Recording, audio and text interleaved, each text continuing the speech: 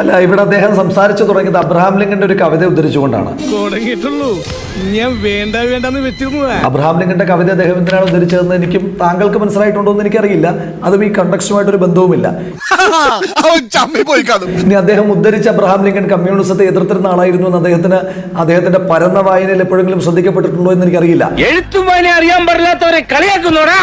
Communist പ്രത്യയശാസ്ത്രത്തെ പറ്റി Abraham Lincoln തന്നെ പറഞ്ഞത് പോവർട്ടി അല്ല ഷെയർ ചെയ്യപ്പെടേണ്ടത് പ്രോസ്പെരിറ്റി ആണെന്ന് പറഞ്ഞ കാർൾ മാർക്സിനെ റദ്ദ് ചെയ്തുകൊണ്ട് അബ്രഹാം ലിങ്കൻ പറഞ്ഞ അതേ അബ്രഹാം ലിങ്കനെ തന്നെ താങ്കൾ ഈ ചർച്ചയിൽ കോട്ട് ചെയ്യുന്നതിനകത്ത് എനിക്ക് വലിയ സന്തോഷമുണ്ട്. അബ്രഹാം ലിങ്കൻ ശരിയായിരുന്നുവെന്ന് താങ്കൾ സമ്മതിക്കുന്നതിനകത്ത് ഒരു കയ്യബദ്ധം ഞാൻ താങ്കളോട് ഇപ്പോൾ താങ്കൾക്ക് എന്തെങ്കിലും ഒരു കവിത ചൊല്ലാൻ വേണ്ടിയിട്ടായിരുന്നെങ്കിൽ ഉള്ളൂർ എസ് പരമേശ്വരന്റെ പിന്നെ കാക്കേ കാക്കേ കൂടെവിടെ എന്നുള്ള കവിത ചൊല്ലിയാൽ മതിയായിരുന്നു. അങ്ങനെ ശവത്തെ കുത്തരുത്. നിങ്ങളുടെ പാർട്ടിയിൽ നിന്ന് രാജി പോലും വെക്കാതെ കൂടുവിട്ട് പോയി നിങ്ങളുടെ MLA ആയിരുന്ന ആള് പാർലമെന്റ് ഇലക്ഷനിൽ ഗഗൻ മർമു എന്ന് പറയുന്ന ആള് മത്സരിക്കുന്നതൊക്കെ കണ്ടുകൊണ്ടിരിക്കുമ്പോൾ വേണമെങ്കിൽ കാക്കേ കാക്കേ കൂടെവിടെ എന്നുള്ള കവിതയും കൂടെ താങ്കൾക്ക് ചൊല്ലാം.